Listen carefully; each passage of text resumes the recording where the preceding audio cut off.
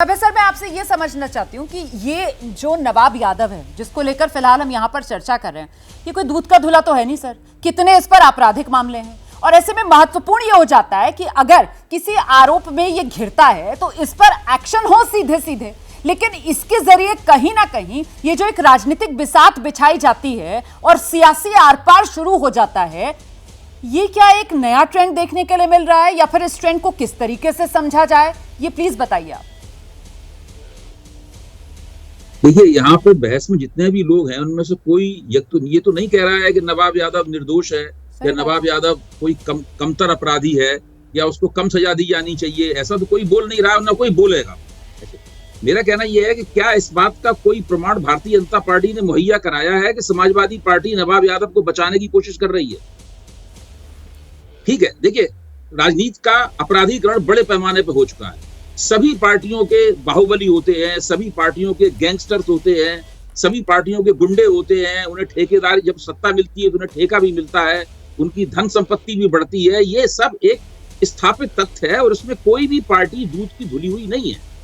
मैं ये जानना चाहता हूं कि नवाब यादव का किसी भी पार्टी से संबंध रहा हो, क्या समाजवादी पार्टी से मालूम? हम मान लेते हैं ये बात कि वो अभी अखिलेश यादव और डिंपल यादव का प्रचार कर रहा था।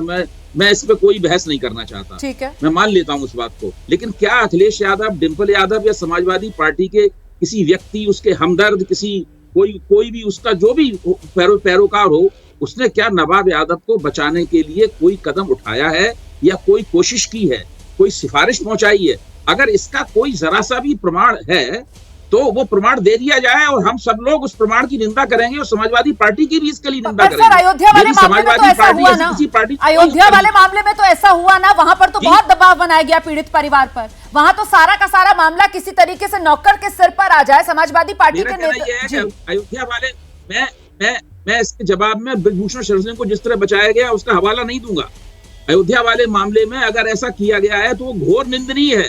तो मेरा मानना है कि जिन लोगों ने दबाव बनाया उनके खिलाफ भी मुकदमा दर्ज होना चाहिए। सही बात है। मैं तो ये कहता हूं कि समाजवादी पार्टी के किसी व्यक्ति ने अगर उनको जरा भी बचाने की कोशिश की है तो उनको भी न बख्शा जाए, उसके लिए भी दफा मौजूद है कानून में। भाई, सही बात है सर, बिल्कुल। उनको भी क्यों छोड़ा जाए? और ये अयोध्या वाले मामले में जो बुलडोजर वाला एक्शन हुआ वो भी हम दिखा रहे हैं दर्शकों को टेलीविजन स्क्रीन पर इस समय। जी सर, जी। तुम्हारा एक जरा सी बात मैं कह रहा हूं, आप श्री आदित्यनाथ जी 7 साल से उत्तर प्रदेश के मुख्यमंत्री हैं, स्पष्ट बहुमत की सरकार चला रहे हैं। अब ये ऐसा नहीं है कि 2017 में अभी मुख्यमंत्री बने हो और 2018 में ये घटना हुई हो। वो कब तक समाजवादी पार्टी के दरवाजे पे ठीकरा फोड़ते रहेंगे कि इनकी वजह से उत्तर प्रदेश में अब कानून व्यवस्था की स्थिति बिगड़ी हुई है? भाई, अब तो उन्हें सारी जिम्मेदारी खुद लेनी चाहिए ना। हर चीज की जिम्मेदारी। भी मुख्यमंत्री बना रहना चाहता हूं, उसके बाद फिर चुनाव जीतना चाहता हूं, तो कुछ तो करें, खुल के कहें कि मेरी जिम्मेदारी है उत्तर प्रदेश की कानून व्यवस्था। ठीक है, शाजिया इल्मी प्लीज आइए। आपने सुना सब पैनलिस्ट को, आपका टेक इस पर।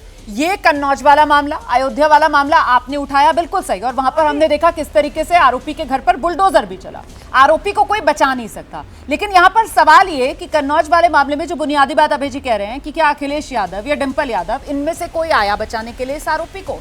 अगर जिस पार्टी से बीजेपी एसोसिएट कर रही है, मान लीजिए उसी पार्टी का है वो आरोपी, अगर उसको समाजवादी पार्टी ऑन नहीं कर रही है तो क्यों जबरदस्ती आप लोग चाह रहे हैं कि समाजवादी पार्टी उसकी रक्षा करने के लिए आए या उसको बचाए? अपराधी है, कानून उससे डील करेगा। राजनीति क्यों लाई जा रही है? तो यही सवाल मैं पूछ सकती हूँ, जब और मामलों में कानून डील कर रहा होता है तो आप उसको राजनीति से जोड़ते हैं, लेकिन जब बात आती है आपके ऊपर, आप उसको कहते हैं अरे कानून का अपना काम कर रहा है, क्यों हम इसे पॉलिटिक्स से जोड़ रहे हैं? It works both ways. और देखिए, कुछ लोग जो हैं वो हमेशा जनरल बात करेंगे, वो चाहते नहीं मुद्दे की गहराई तक जाना। तो वो चाहेंगे भी हर जगह होता है, यहाँ पे भी हुआ, वहाँ पे भी हुआ, यहाँ पे तो कोई पॉलिटिशियन था ही नहीं लेकिन तब भी हुआ। तो देखिए, ये बहुत आसान तरीका है बचने का। लेकिन सच तो ये है कि जो भी पॉलिटिकल क्लास में हो, जो भी पार्टी में हो, और जिसको पॉलिटिकल पेट्रोनेज मिल रहा हो, जिसका रसूख हो, जिसका पावर हो, जिसका दबदबा हो, वो दुस्साहस करता है तो जाहिर सी बात है किसी बिना पर करता है और उसको रोकने की जरूरत है। अगर हम आम प्रवृत्ति की बात कर रहे हैं,